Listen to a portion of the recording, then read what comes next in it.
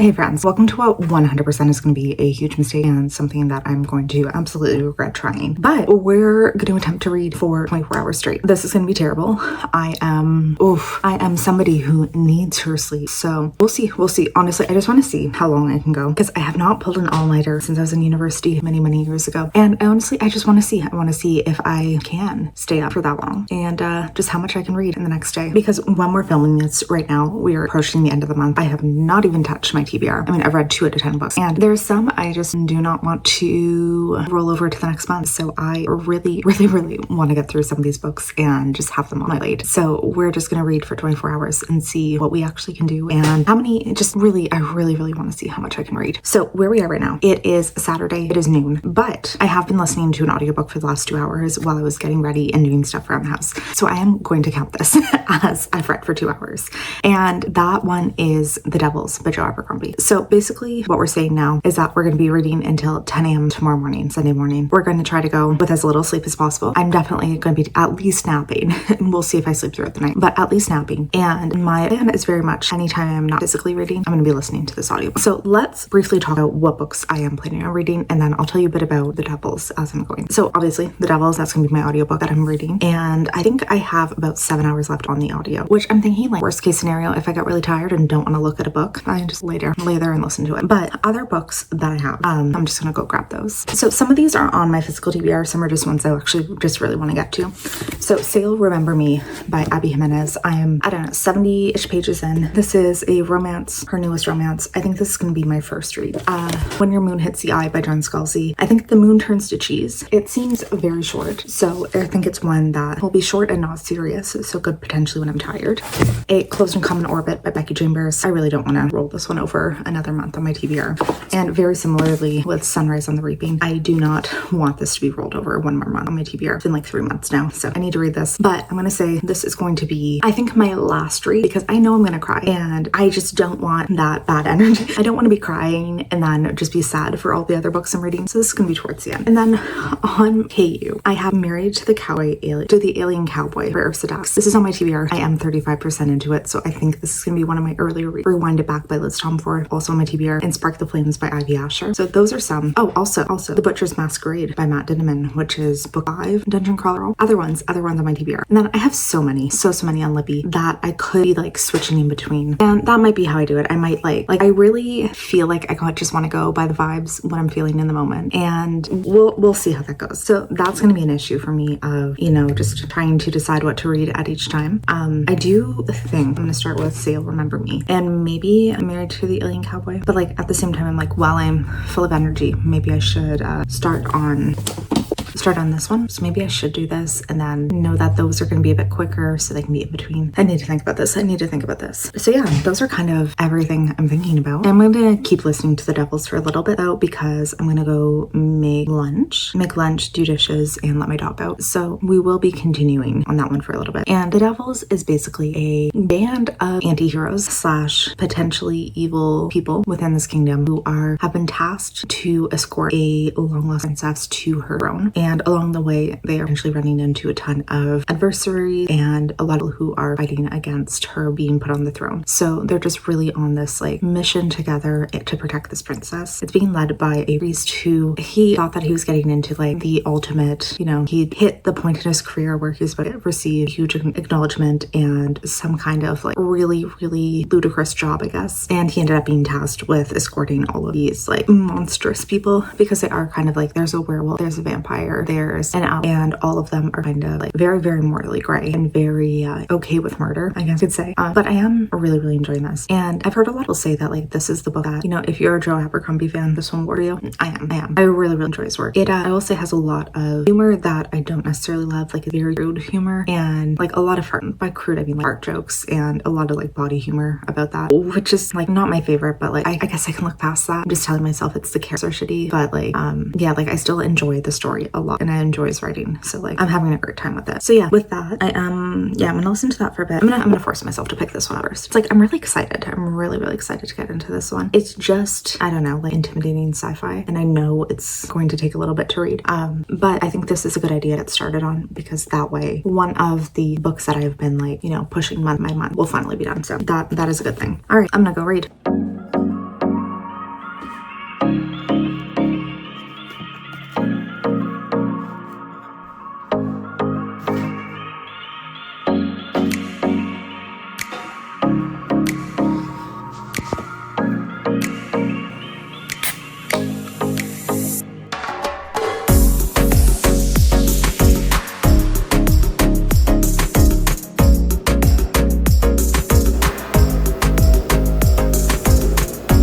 am truly having the best time ever today. So it is close to 3 now. So I guess we can say I'm 5 hours into this. And I'm 2/3 of the way through A Close and Common Orbit. So like making amazing progress. And I am so invested in this book. This, like I knew I was gonna love it, but for some reason I've just been putting it off. But basically this is book 2 in a series of cozy sci-fi, and really just like I kind of described the last one as like a quiet, calm book exploring different things of family, personhood, and kind of like what makes a person happy. And we're in this world, it is a very futuristic society. There's humans, there's all kinds of alien creatures. They all live kind of in harmony within this, I don't know if it's like system government thing, but they all live in harmony. And the first book was following a crew of people who just kind of traveled throughout the world for their job. And in this one, we are very, very specifically following 2 people who I guess were created under unusual circumstances. So our main characters, there is Sidra, who is a former AI. Well, she's still technically AI, but she had been the AI of a spacecraft. And something happened, and she is now within a synthetic body posing as human. And this is illegal within the system, but she kind of had to do it because her system was compromised and she was no longer able to be, like, she just couldn't stay within this system, within the ship system. So now she is in a synthetic body and posing as human, really trying to explore this idea of what makes somebody human and how, you know, how she's now going to live in a completely new body and completely new environment to her. And we are also following Pepper. So this is dual timeline. We're following Pepper as she was a child named Jane 23. So she was a not genetically modified, she was a clone. She was a clone who was basically created to work within this like scrap manufacturer place, and her, like, she was very much kind of kept there as slave labor. And there was all of these other clones. They were created because they are so much inherently easier to create than machines, and they were kept within this factory basically just to do work. She managed to escape from there, and we're kind of following her similar thing of her getting into the real world and learning just what life is, I guess, because she had been raised within this factory and was so isolated from everything that, like, literally the only thing she knew is that there were other girls, and taught specifically what she needed to know to be able to complete the jobs that were tasked to her. So in these 2 different timelines, we're following very, very similar themes of these girls who are trying to figure out like what humanity means and really explore these ideas of what personhood is and what actually like makes a person. And these are some of my favorite themes within sci-fi. Really, really enjoy ones, especially when we're following AIs who are kind of more exploring sentience and exploring like having their own thoughts, their own opinions on things, and really getting into this idea of like what, you know, creating a life for themselves, I guess we can say. So those are like very, very much 2 of my one of my all-time favorite things to follow in sci-fi, and I'm deeply, deeply enjoying this. The only thing is, and like I know this would be an issue for a lot of people, it is not for me, is that there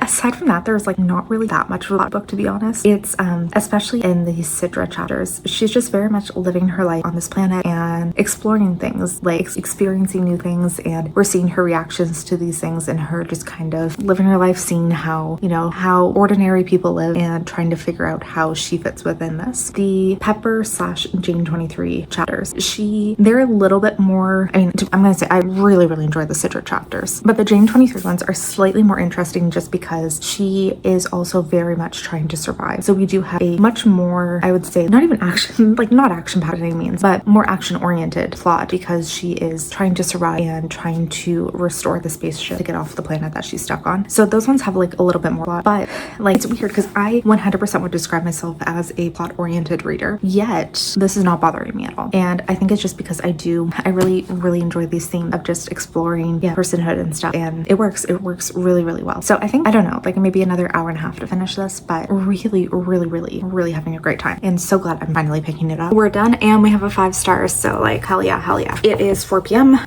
And yeah, this continued exactly how I kind of thought it would. It's kept in those same themes, like, and which is really heartwarming, really sweet. I just loved it. Yeah, this was really, really good. I love Becky Chambers. I definitely need to order the other ones in the series. I think there's 4, and it's just like, yeah, they're very heartwarming and just really, really, really nice reads. And yeah, I don't really know what else to say aside from like what I was saying earlier, but loved it. So book 1 done. And I feel like keeping in the sci-fi vein, so I think I'm gonna go to Married to the Alien Cowboy, which, like, you know, technically sci-fi, there's aliens, but I kind of also just want something that I can fly through quickly and then be like, hey, I have 2 books done. So I'm gonna do that. I think after that, maybe I'll go to Dungeon Crawler Carl, because, you know, I am very, very much in this sci-fi mood, and that one's gonna take a good chunk of time. So maybe that I'll finish my cowboy alien time, and then yeah, some dungeon crawler girl. This could be a very fun night for me. It might unintentionally be just a very sci-fi focused day, but it's gonna be fun.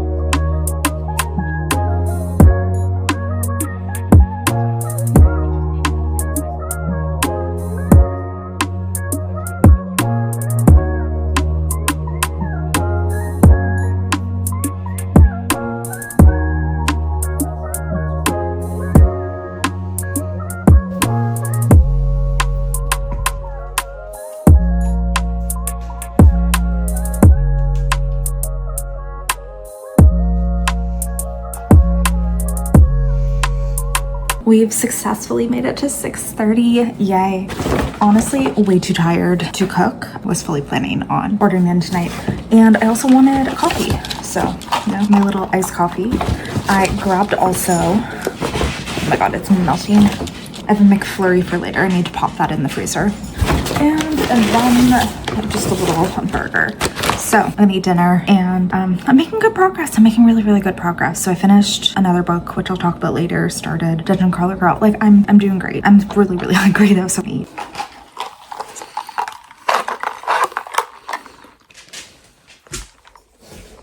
Yeah, this is like 100% kind of hit spot right now. You know, not necessarily a great coffee, but I just needed a little different, and it is so hot today. I'm not walking anywhere, so this is our option. We finished the Married to the Cowboy Alien, Married to the Alien Cowboy. I don't remember how it goes, but I finished it, and oh man, I want to give this one 5 stars. I'm not going to. I don't think it's quite there, but 4.5 stars.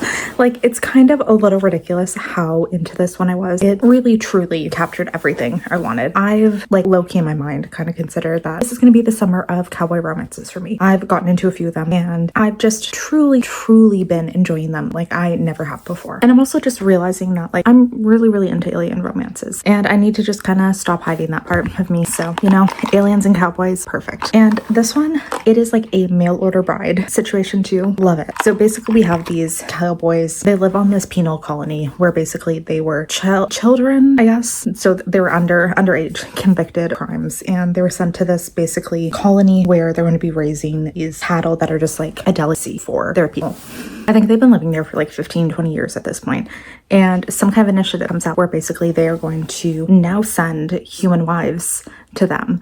And I don't know if it's kind of the intent to just like help them or convince them to like start families and raise children there, so that way they still like have people who keep raising the cattle. Don't really know yet, but we are following one of the like, I guess, convicts on this colony, and a human woman who's been put in a really situation. So she owes money to a crime lord, and she's basically unable to come up with what she owes, and feeling very desperate, she sees this ad, and it's her. She thinks of it as like, this is my chance to get away, to get off the planet and start something new. So she just 100% goes out of desperation. But it's also interesting because where she's living on this planet that she's on, there's like no greenery, no fresh fruit, nothing like that. So when she gets to this planet that the cowboys are living on, it is like heavenly to her, that she has access to fresh fruit, access to clean water, like fresh air, all of these things. She thinks it is like the best thing ever. And then, you know, they get married and slowly learn each other's customs and fall for each other. Loved it. So many things that worked perfectly for me. So I'm really happy with like how well that one went. Yeah, 4.5 stars. So good. Cannot wait to dive into the rest of the series. And now I've started the next Dungeon Crawler Girl book, which I think I'm on book 5, and this is The Butcher's Masquerade. I'm 13% into it and love it. If you didn't know, I've given every book in this series 5 stars so far, and I've been forcing myself to go a little bit slower with reading them because I like finished the first few really quickly, and now I'm really forcing myself to take time in between them because, you know, when I catch up, I'm just gonna have to wait, and I don't think I want to do that. I want to be like, at least, you know, have a little bit more time, or a little bit less time, I guess, between when I read the last one and the next one comes out. I don't know. In my mind, I'm just like, let's savor it. Let's not binge through this one. And if you didn't know, this one, it's lit RPG. It is basically humans have been conquered by aliens, and everybody who's remaining living in the human race is thrown into this dungeon world, which is basically the like prime reality TV show within this galaxy, where humanity, they're all basically going through these different levels of a dungeon and trying to survive. And every level of the dungeon has a crazy theme. This one, there are hunters. So there's this guild of hunters who come in to try and kill the crawlers, and we're following just our main characters as they are surviving. And I love it. It's so good. This is definitely like a perfect book for to do today because it's 700 pages. It is going to take me a long time, but I am so invested in this, like so ridiculously invested that I like, you know, have zero issue, which is like reading this for hours and hours. Hi, why are you crying? Oh, I guess baby needs attention. Hi, what are you crying about? But yeah, I'm loving it. It's so funny. It's so good. It is like the best thing I read. So I'm gonna keep going on this. I'm having a great time. I don't know if you can hear this. Oh my God, he's such a drama queen.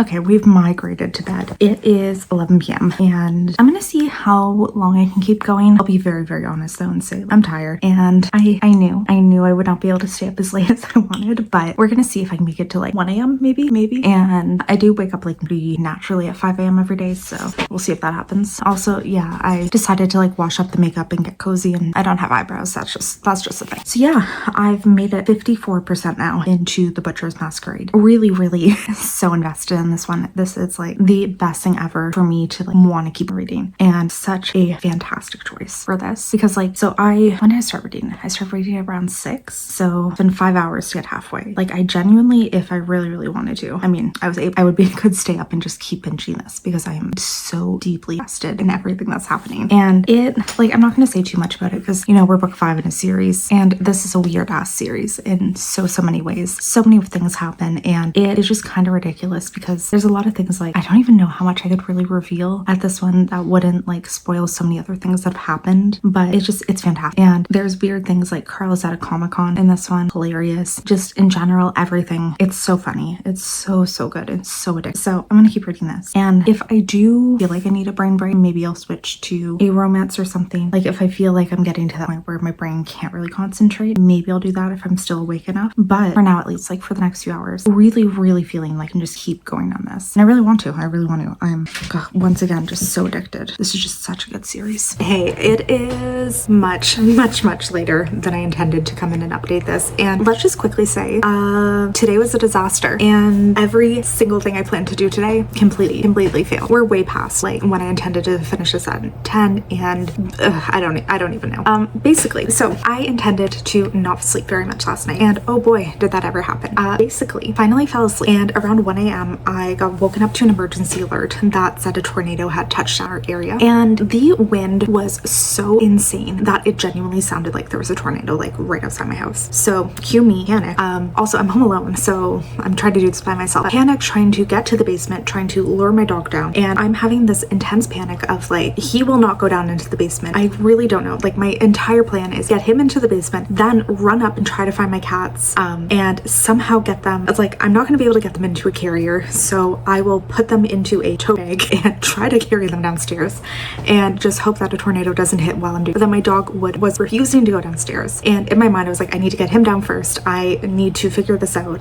Also the roof was leaking like crazy when I woke up. All of this stuff was happening. The power went out. It was pitch black. My phone was at like 15%. Just so much panic. And then eventually tornado warning passed. Everything was okay, but again, roof still leaking, and couldn't settle down until about 4 a.m. when I finally fell back asleep. And just like it really set my day off on a weird thing. Power came back around noon, so there's about 12 hours where we didn't have power. My phone was dead, and I kind of just haven't fully recovered from last night. I think like I really like, I think I can do okay on little sleep, but this intense anxiety that I was feeling about all of it, like it did not work well for me. Like I was just in full-blown panic mode the entire time, and yeah, it did not work well. So I've just been kind of like sleeping on and off all day. And one good thing, I guess, when I didn't have power, I managed to finish reading this. I was trying to like save battery on my iPad because it didn't come up overnight and I still had to read, so decided to start on a physical read. I will say also I started on Sunrise on the Reaping, so we still have that also. I'm not very far in at all. I'm like 2 chapters, but I finished Sail Remember Me, and I'm gonna say 4 stars. Definitely not my favorite of her books, but I do think that this was a decent installation. Honestly, like everything worked except for the fact that it was very insta love, which is not something that I really get on board with. Like I don't don't know, the practical side of me is not super into insta love, even though I feel like I kind of experienced it. But at the same time, like I don't know, I don't get it. It's like they went on one date and then circumstances happened so that our female main character had to move across the country, and they kind of were like, you know, we can't give each other up. We have to keep dating, we have to keep doing this. And there's just a part of me that, like, in theory I really love this idea, but also I'm like, it's just one date, bro, like move on. But it was basically that, like, she had extreme family circumstances that prevented her from moving back to like where they originally met, and he basically, through financial circumstances, like he just opened up a new animal clinic, and the amount of money that he had invested in it, like there's no way he would have earned that back had he sold it. And like it just, you know, really shitty circumstances that kept them apart. And I understand that those are kind of things that are like, it is very unfortunate, but yeah, it just, the whole insta love part, not super realistic to me. And so yeah, I guess technically I mean, I read that before 10 a.m. so technically I read it within the 24 hours, so that is just another thing that we have completed. But yeah, this morning was a disaster. I am so intensely tired, and like I just feel drained because I was so scared last night. So yay. And we're just gonna do an outro here. So thanks for watching this video. I'm gonna try this again. This was fun. I like trying to really intensely focus and read and see what I can finish, because I did what, like 4 books, 4 books I think. Anyways, it was great. So thanks for watching. If you haven't already, would love if you would consider subscribing, and I will see you in another video soon.